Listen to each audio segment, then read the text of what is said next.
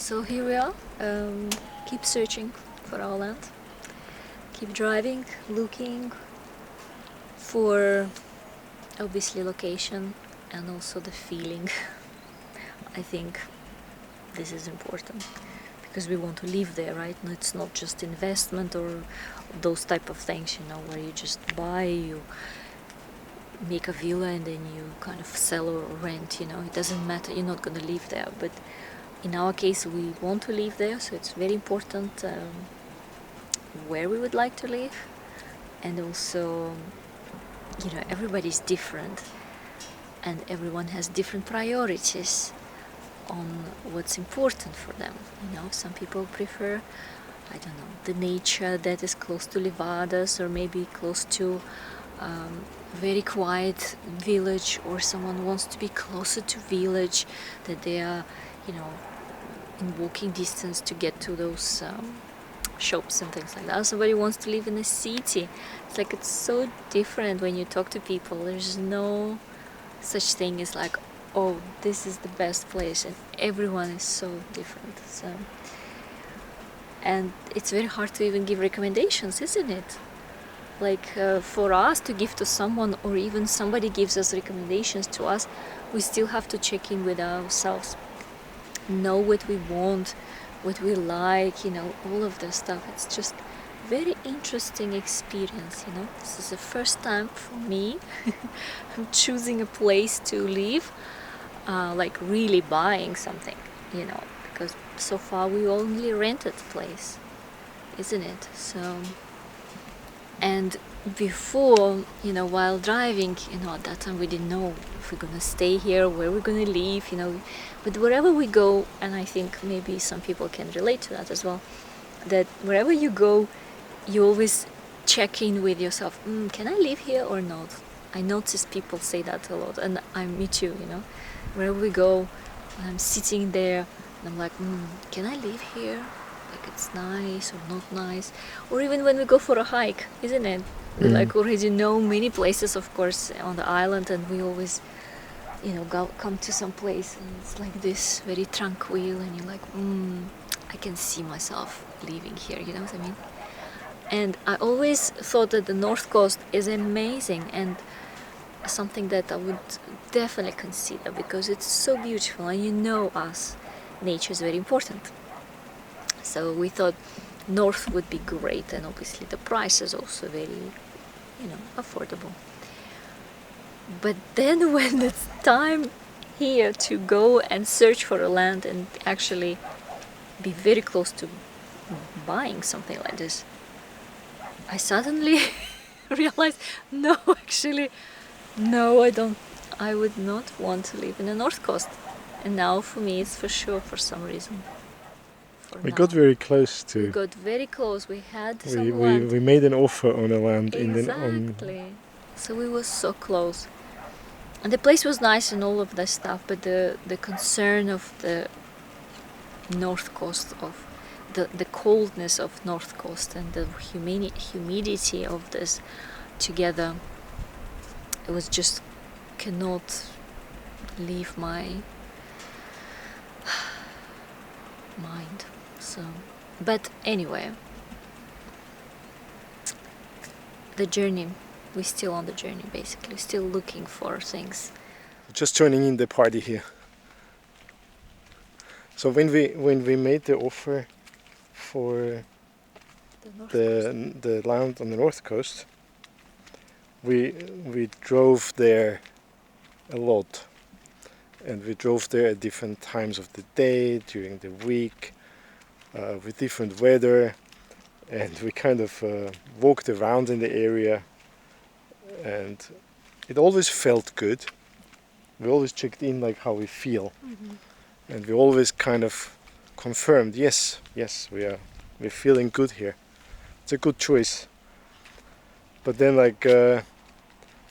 it felt somehow far. I think that's what you said. It felt far away from, we are used to life here on the south coast. Like right now we live in Ribeira Brava, which is smack in the middle, and it's not far to Funchal. It's not far, like you're nice in the middle. And every time when we drove to the north coast, Which is that close was to particularly in South South George. George, it felt really far. It felt like, okay, we are like on a long journey to get there. And then we thought, like, when we start building there and when we start doing the things and then we need to go to the city, it's like always a very long journey. And I think that was the time where we started to kind of say, maybe we should start searching on the south coast. And at the time, we didn't actually believe that we would find something with our budget, because prices are just ridiculous. They're like, and it gets, I feel like the more, because we made then all these like searches on Idealista and other platforms and the marketplace and Facebook make marketplace and driving around and calling people and it's like the prices are just, you know, there are lands with like 200, 300 square meter and I don't know, they're like 100,000 upwards. So it felt like a little bit not just out of our budget, but you said like I'm not willing to spend that money on land. Yeah, just clean. Yeah, just the land, because we still need to build, and it just didn't feel feasible. So I remember that you were kind of like almost giving up. You didn't believe. I just thought that's it. We lost the train, you know. Yes. 1 second. Let me just put the camera somewhere here, because the camera. Unknown. Ah. Let's show you unknown. Look at that. Just oh wow. They look beautiful. At this huge. It's like the. They look perfect. And the leaves are like velvet. So nice. A beautiful tree. And look at this. All the fruits. Fruitash. Yeah. I like a land which has already some fruit trees or some trees. That would be my ideal scenario. If I can have I it all my way. can have it all my way, I would have land with a bit of trees ready, you know, to harvest a few things. There's a little bugger up there. I'm kind of dreaming to have such a little bugger and buggering around on the land. You can see a lot of those little buggers here. Wondering how much those are. I saw this sign here and found that on Idealista. It's a beautiful little land, has an amazing view, but it has no street access. And without street access, you cannot build. So and then there is this one here, up there. So it looks like it's on this, behind this wall. You can build on that because it has street access, but it's quite tiny. It's like 200-300 square meters. And we want to have agriculture. We want to grow our own vegetables. We want to have a garden, and we want to be in nature. So these are kind of our parameters. This one has a beautiful view, but you're kind of surrounded by buildings here, and I don't know, it's just small and expensive because of the view, obviously. Let's continue. So that was another one that we found, which is quite beautiful. It's quite large, almost 3,000 I think. I'm not sure, like quite large, 2,500, 3,000 square meters. The problem is no street access, and it has forest zoning. It's beautiful though. It has 2 paleiros. You could renovate the paleiros, rent out paleiros, which a lot of people do, but it's not necessarily what we would like to do.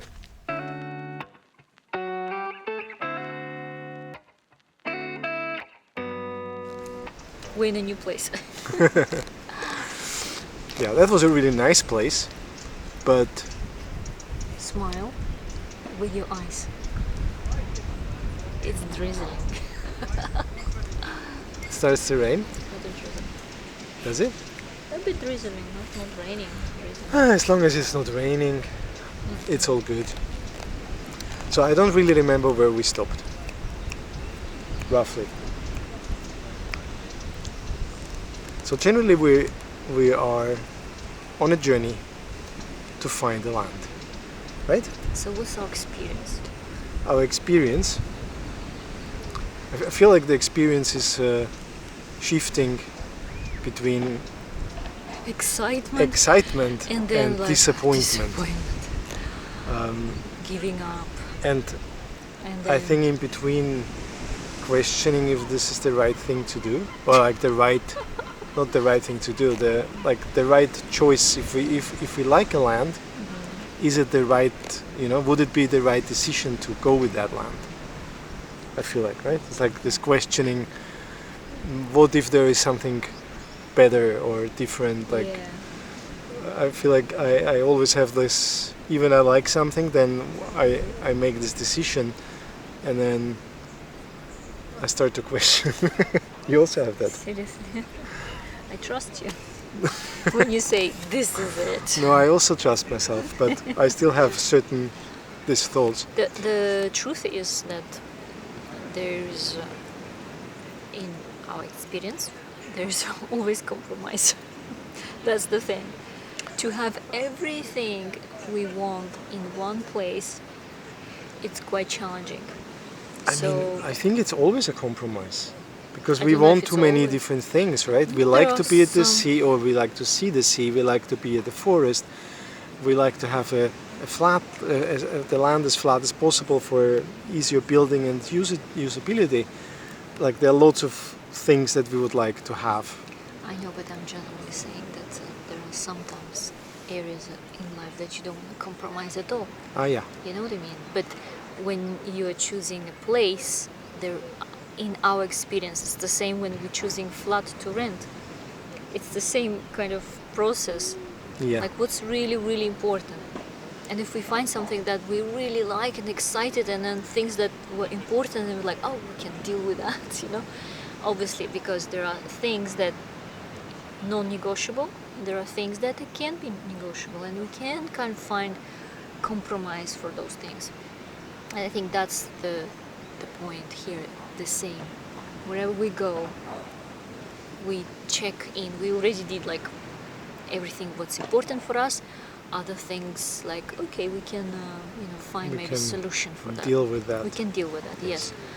So, and that's the challenging, because, and I think the biggest challenge is that the prices, it's like there is no regulation.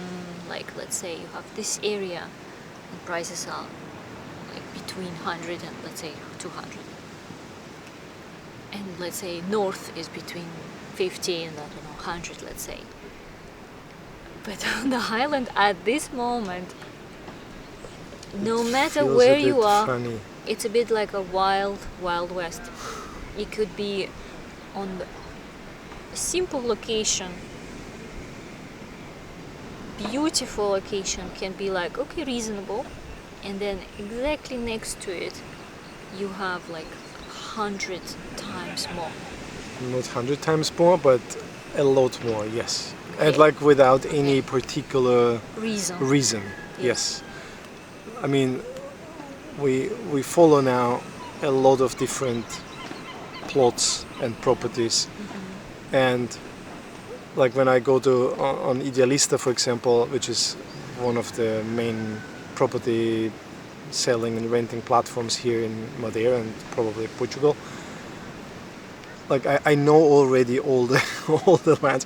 When I go through, I know them already.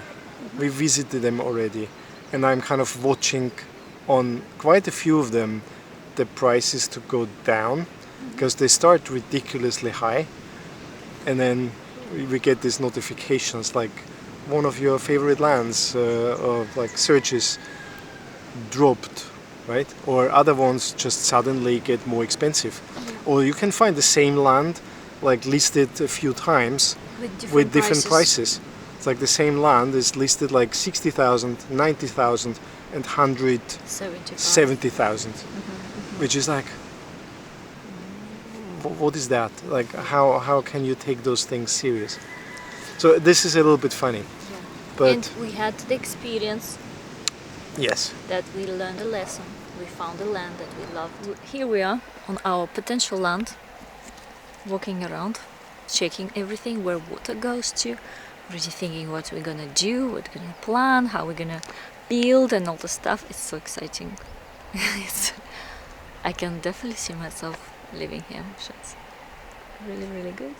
So I think everything was kind of fine. We were just waiting for the owner to. No, we literally had we made an offer, we agreed on the offer, and we had an appointment at the notary to sign the contract.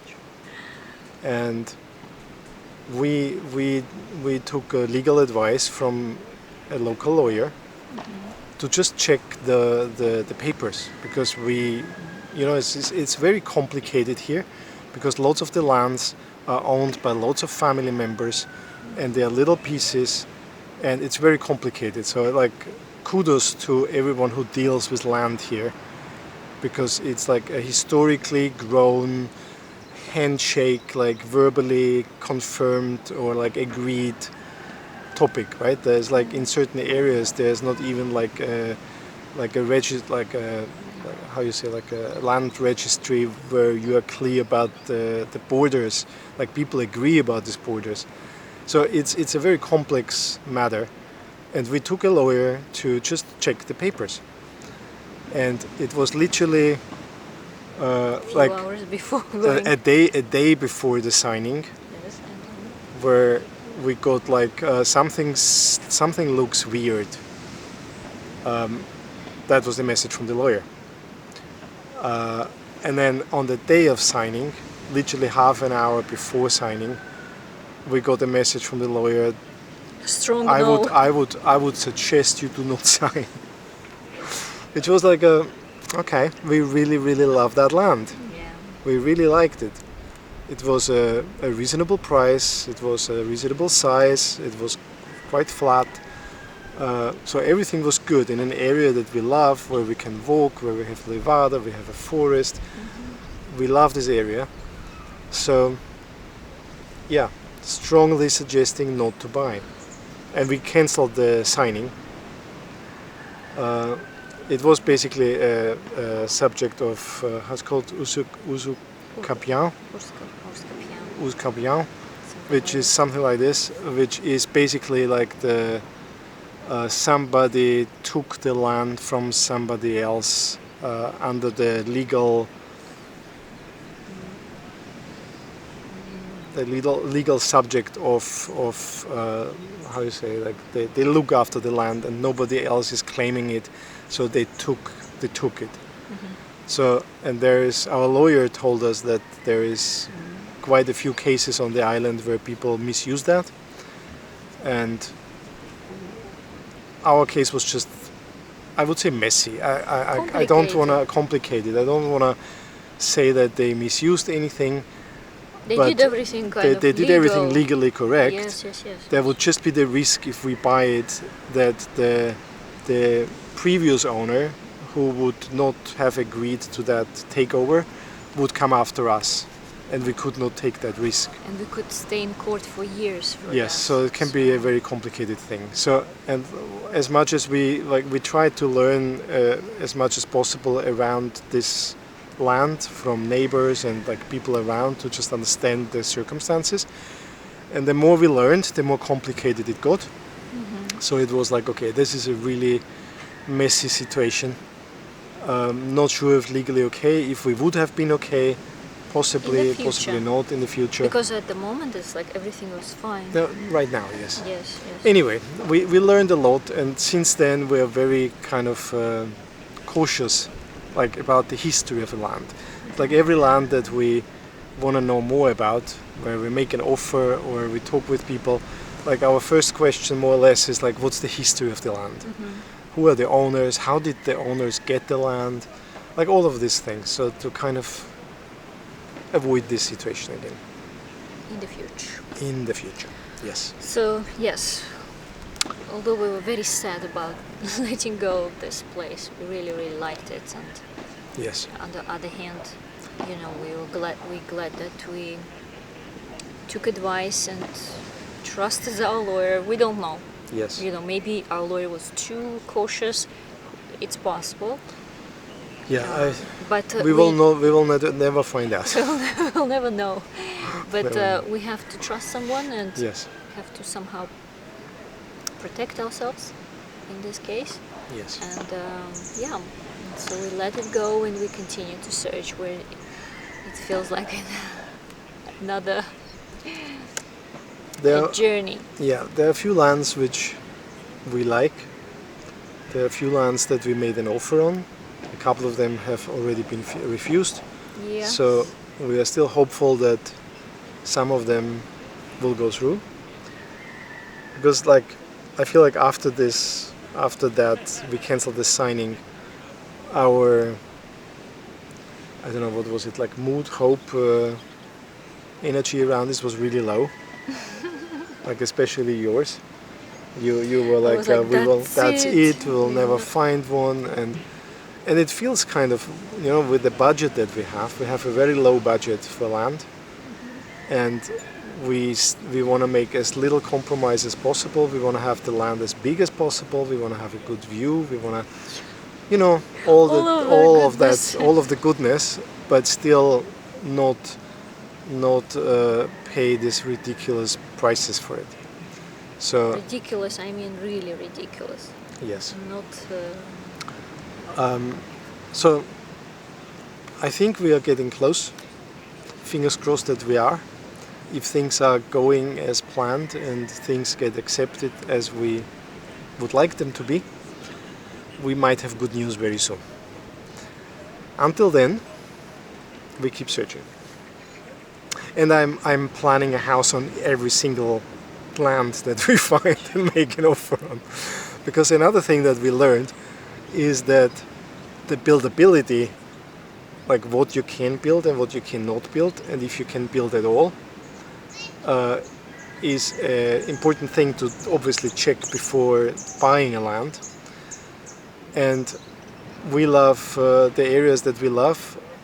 You need to go to the Camara and like make an appointment and like check things with the architect, with the local architect. So it's all very time consuming, and I mean, you can do those things. Imagine.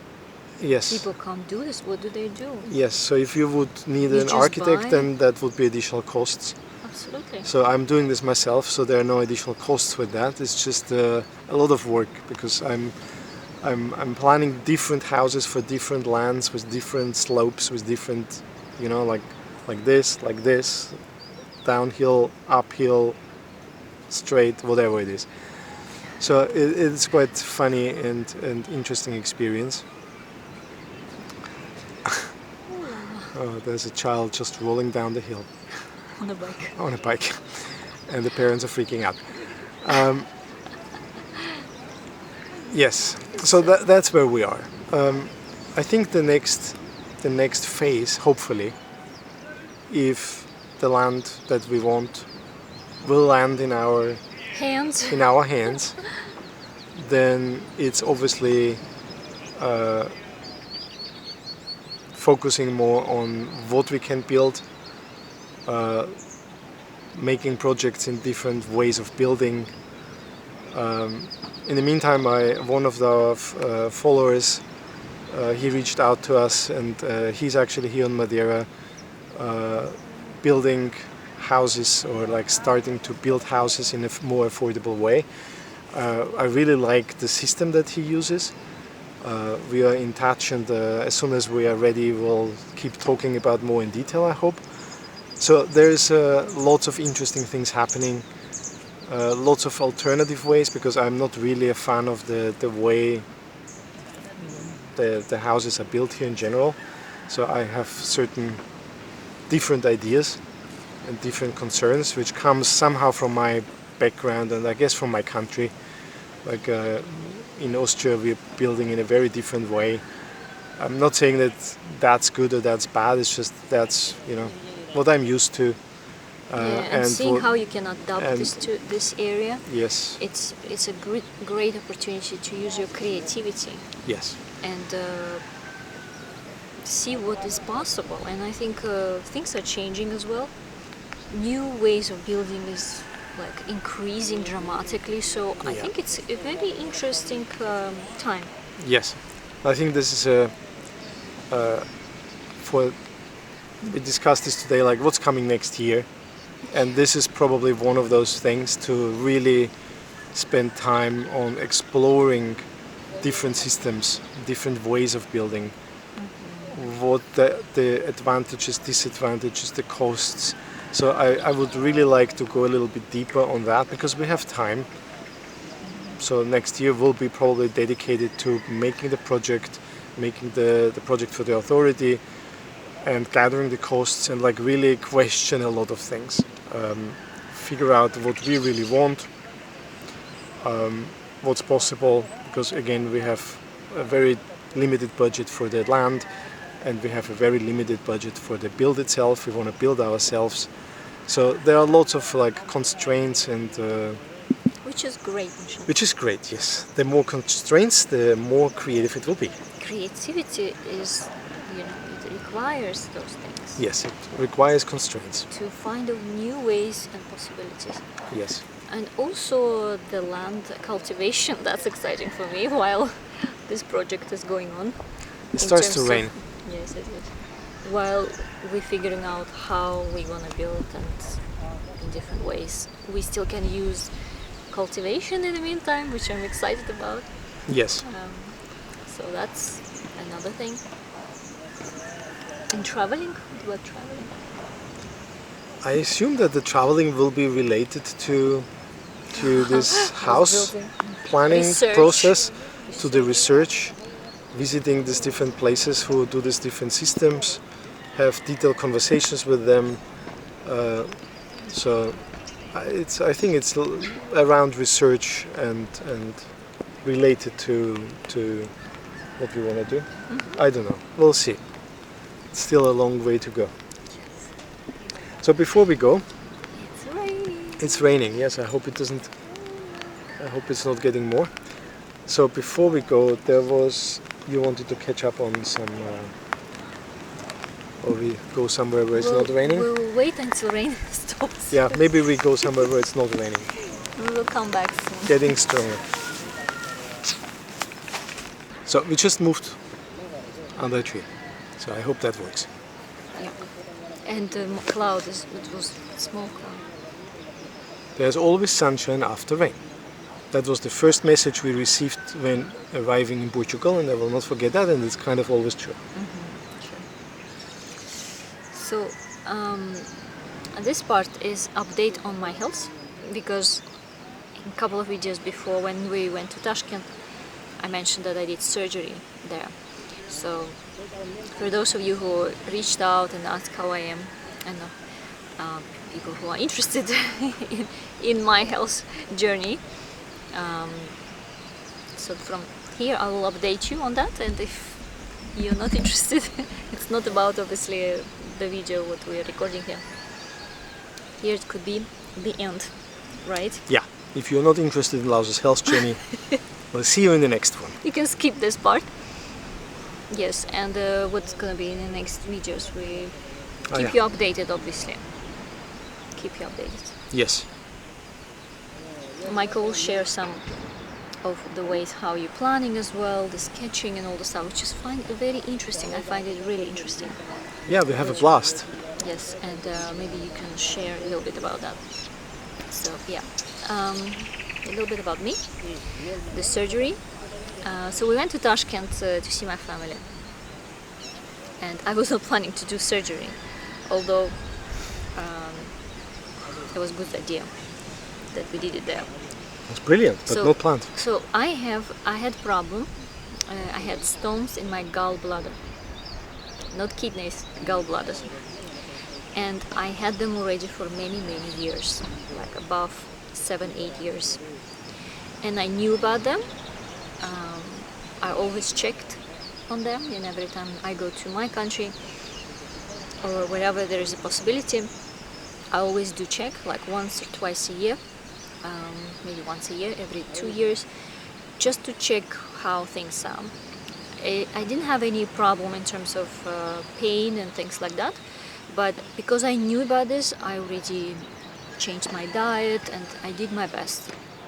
So, but depending on the type of stones people have, that will determine if you have a chance to actually dissolve them naturally or not. Because there are people who are doing that, and some of them are quite successful in that.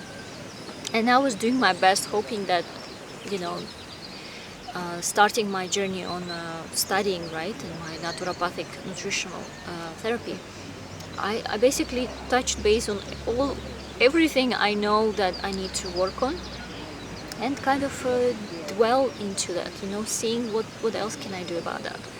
And certain things I was doing, and I was approaching many different gastroenterologists to make sure what I'm doing is correct, you know.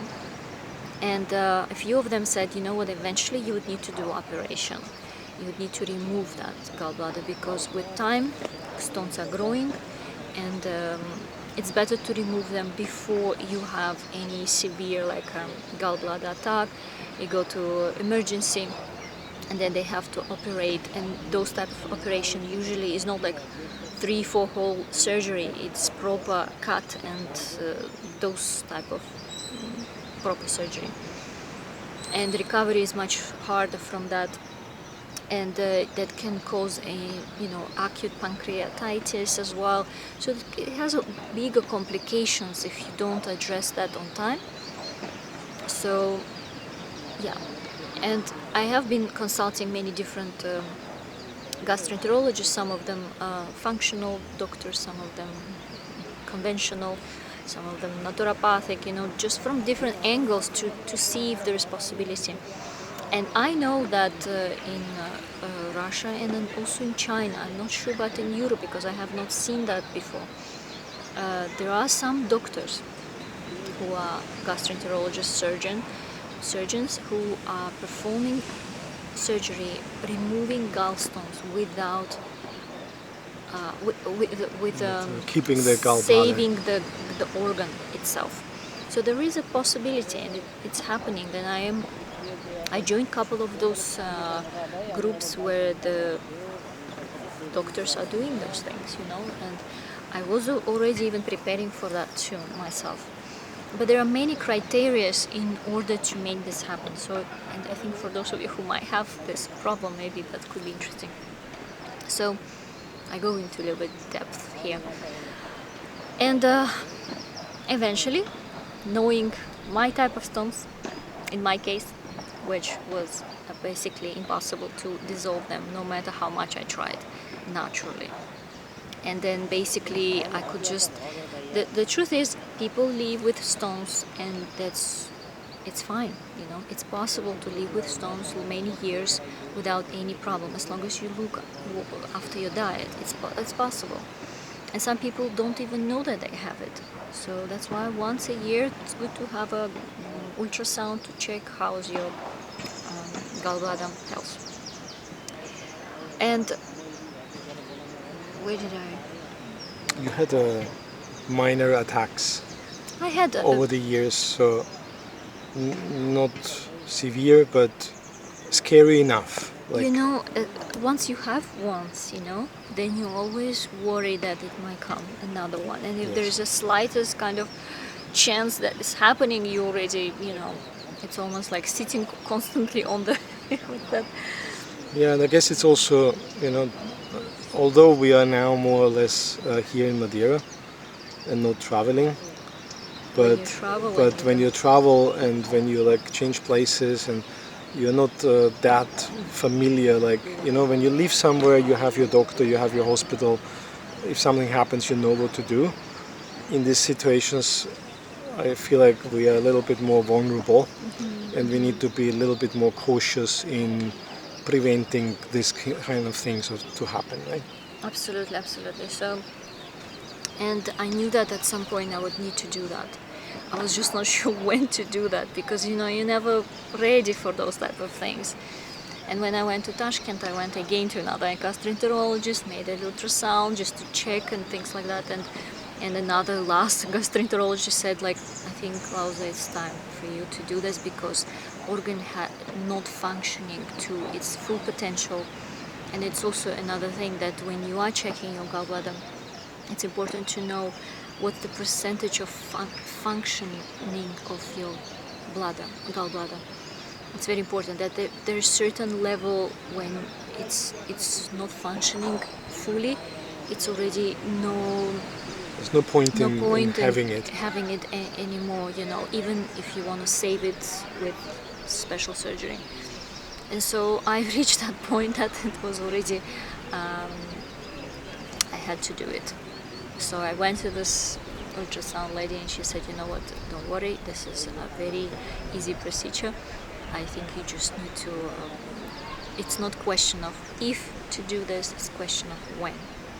So, and that was it. And she said, you can do it here in Tashkent, it's very fast and easy. And I thought, wow, I only have 10 days until we go back home. Like, can I do this? And I said, yeah, absolutely. So, and I went to see different doctors, of course. I didn't go with the person who told me to do it. I went to another place, a surgeon, special surgeon, and he really explained this so nicely and well. It's a private clinic and it went so well. I mean, it was actually very funny. Michael, share your experience because he was observing all of this I was stuff. observing that. We basically just went for evening walk, like at 11 o'clock or 10 o'clock in the evening, because we want our evening walks. And a few kilometers in, we passed a kind of newish private clinic. We have a lot of and them. There are lots of them there. And I was just jokingly saying, maybe we should just go in and ask if they do this thing. And I don't know, it was you or her sister, we walked with her. And so, yeah, let's go. So we went to the reception and asked them, and she said, yeah, no problem, you want to have a consultation? Wait here. And it was like literally 11 o'clock in the evening. So, and they brought us up to the office, to the, I don't know, the clinic owner's office, whatever, head of the clinic. The gastroenterologist department level. Yeah, and the guy came, the surgeon came. I don't know if he lives there or not, but probably, doctors usually they have patients and they stay overnight just for yeah, sure. Maybe I don't know, but we had a consultation at 11 o'clock during night, and I think next day. It was next day, he right? Said if you want. Come tomorrow, we do all the checks, and if everything is okay, we can do the surgery tomorrow or the day after tomorrow or something. I think it was the next day. Yeah. So that's how the whole thing started, and I was just baffled. And you were very, like the way he explained it, you were very impressed. Yes, I felt calm, like I felt at peace, kind of, not as worried, not as stressed, because it's very stressful, situation when you're preparing for it. You're afraid, of course, anything, even minor surgery. So, and he says that because you are like coming here by yourself, ready, you're not in acute pain, and so it's better to do this while you are still kind of, normal health in this case, And he says, in our clinic we do this all the time, and this surgery will take 15, maximum 20 minutes, and it's done, and it's just full hole surgery, and you will be out within like 2 days, and if you want to stay longer, you stay longer. So the experience was like we were checking in into a hotel and have a service, welcome service. It was really nice. It was like you got almost like an assistant who went with you to do all the checks. Blood tests, and then you say, oh, now you can lie down, relax, enjoy, while the tests are, ready. And it was like a nice room, and it's like a hotel room. It was very nice. And he said, no matter how long you're here, it's the same price. Like if you take a couple of days longer, and we need to support you, no problem, it will be the same price. So it was really interesting. I've never experienced something like that, because I never went for like a private clinic. Yeah. But that was very interesting. It was like like basically he said, it was such a nice care there, beautiful, and I'm glad I've done that. And obviously any surgery takes time to heal, and so I had the surgery, let's say, on Tuesday, and 5 days later we went with my whole family to this lake. Because it was the last weekend. Yes. So and it worked. You were still recovering, but yes, I didn't have that much energy, but after that, we came home after a few weeks. It was really normal. just a little bit eating differently, like you ate a lot of soups and first few days you and, need to have a less special fat. diet. Yes. But now slowly recovering, and I know how to support myself after the surgery, and I know how to support a person after, how to live without a gallbladder basically, and all those stuff. So knowing, that I can do that, it's really, I know how to live without this organ, and fully. you are now basically eating normal. I'm back to normal I diet. don't see any differences, Yes. really. Well, And she's back in good spirit. yes. All is good. Always good. All is Always good. So yeah, if you have any problem with gallbladder stones, Or other health concerns. let me know. Send me a message, and we'll see. Just to have a conversation and options, because I know it's such a do it, not to do it. There are cases when it's worth to do it. Some cases maybe not. I'm not saying that everyone should do this, and it's person to person. And yeah, in my case, I have also a family who had the same. My mom had this, my sister.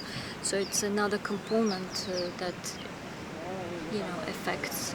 No matter how much you try. But I had this problem a long time ago, and I'm glad I solved this now, basically. And gastroenterologist here in Madeira, with whom I've been in contact, and she's been also consulting me here. She said, what is best. She said, I can put you on the list here in Madeira, but you might wait 1, 2, maybe 3 years. She said, if you have a chance to do it in your country, do it. It's a relatively safe surgery. And so when I was in Tashkent, I'm glad I did this. It's private. It was really nice and not expensive. And You probably want to know how much it was. Right? That's normally the questions that we get. How much it was?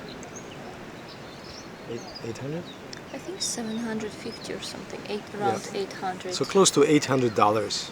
Yeah. Everything included. Everything, and you just pay, and the rest you don't do anything. So it was good. Yes. Here we go. Here we go. Yeah. So what else? Thank you for listening. If you're interested, of course. So If you're still here, if you're still here. Yes. it was beautiful to receive those messages. Yeah. Thank you so much. I kind of repeat myself here, but like sitting on that side of the camera, you don't really see the people. We just talk to a camera. We know that there are many people out there. We meet some of you here, but it's always nice to receive those messages when you reach out, and some people are telling us they come on holiday and want to meet them, and so always good to hear from you. So yeah, I think that's about it today. Thank you so much for watching. I'll see you soon in our next video. Bye for now.